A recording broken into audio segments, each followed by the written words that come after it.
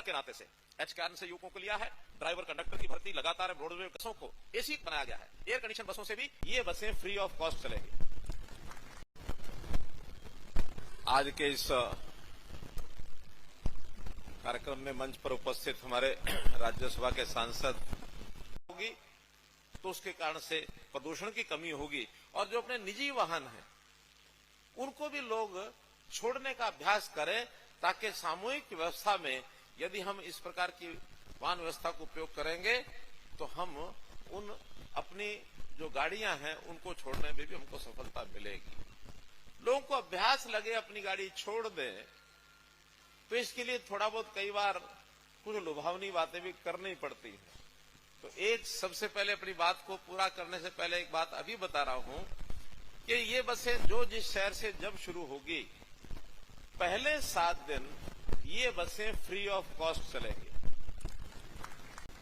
कोई किराया नहीं लिया जाएगा ताकि 7 दिन तक एक बार अभ्यास उनको सबको हो कि अपनी कार छोड़ दें, अपना स्कूटर छोड़ दें, इन बसों में चलें। अगर सुविधाजनक तरीके से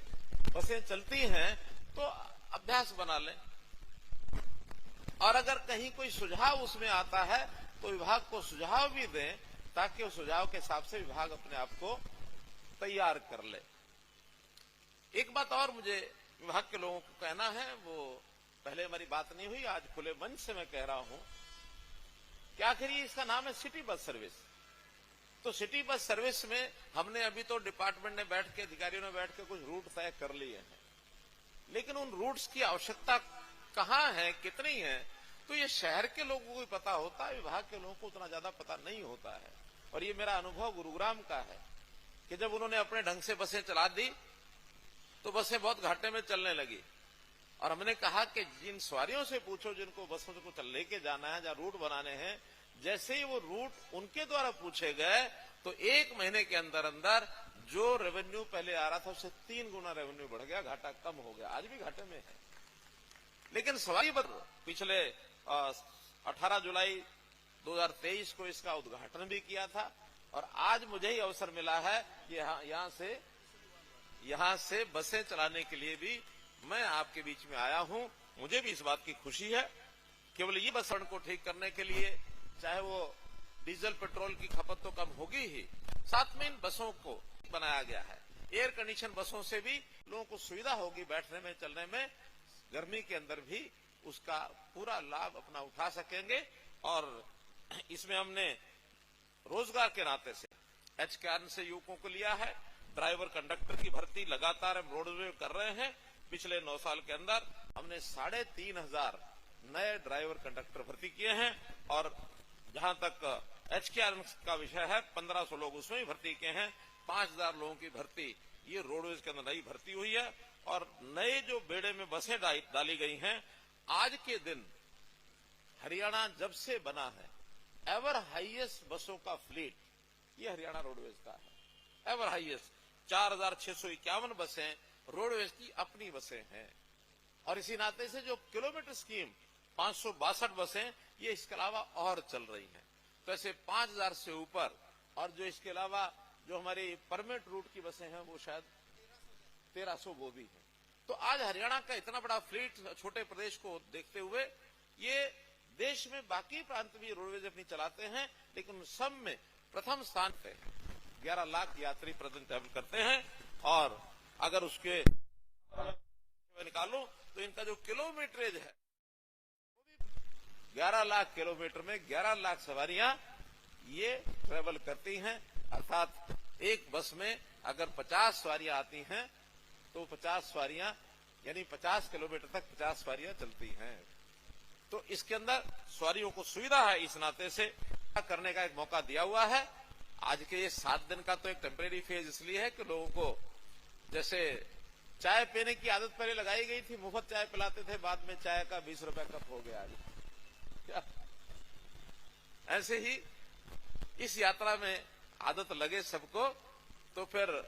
हिसाब किताब तो हमारे नवदीप जी कर लेंगे कि कितना किराया लेना है और कोई बहुत ज्यादा सिटी को देखते हुए जितना खर्चा अपनी गाड़ी पर आता उसके मुकाबले में तो शायद क्या रखा है 10 रुपया 15 रुपया हमने जो कुछ रेट रखे हैं 10 रुपए मिनिमम 10 रुपया है, फिर 15 रुपया, 20 रुपया, 25 रुपया, यानी हर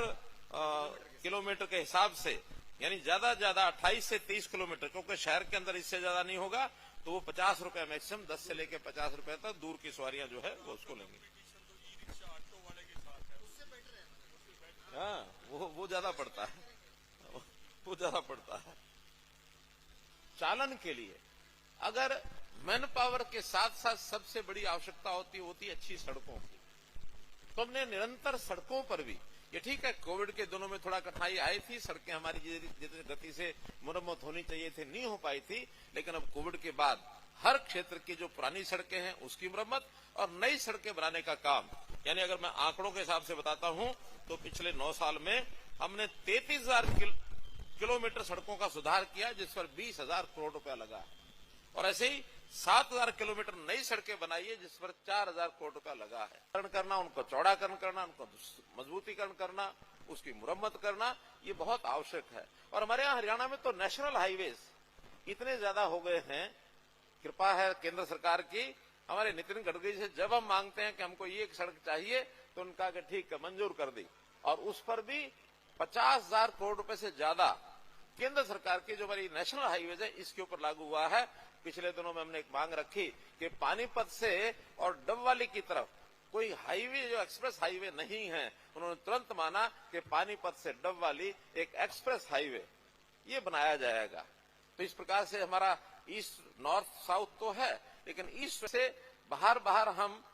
यानी दिल्ली पार न करनी पड़े, केएमपी रोड का कितनी उपयोगिता हुई है। अब इसके साथ साथ एक हरियाणा ऑर्बिटल रेल कॉरिडोर जो उसी के साथ साथ यानी कुंडली से लेकर के और पानीपत तक उसके साथ बनेगी, मंजूर हो गई है, जमीन उसकी ले ली गई है, उस पर काम, अब जमीन का काम शुरू हो चुका है, तो इसका भी एक बहुत बड़ा उपयोग ये हमको होने वाला है। रोहतक से हांसी की railway line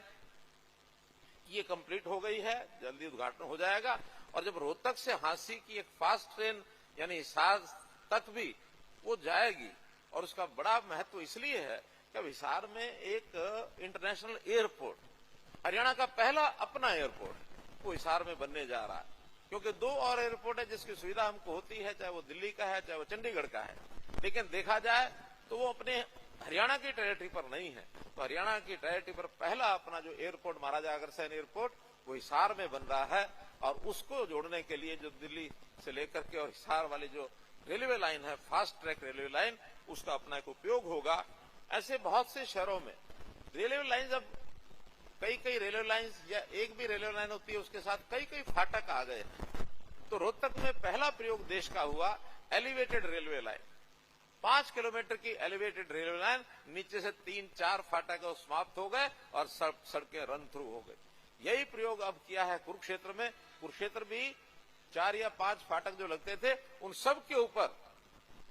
elevated railway line हो गई है, नीचे शहर आपस में जुड़ गया है। तीसरा इसी प्रकार से कैथल में भी इस कार्यक्रम की योजना बन रही है। तो बड़े शहर जहां कई फाटक लगते हैं, स्टेट देश और दुनिया के इन्वेस्टर के लिए बन गया है। पहली पसंद हरियाणा, क्योंकि दिल्ली के निकट है, एयरपोर्ट की सुविधा है, और यहां हमने ईज ऑफ डूइंग बिजनेस के नाते इतनी सुविधाएं दी हैं इंडस्ट्रीज को, कभी कोई कठिनाई आती नहीं है। हमारे प्रमोद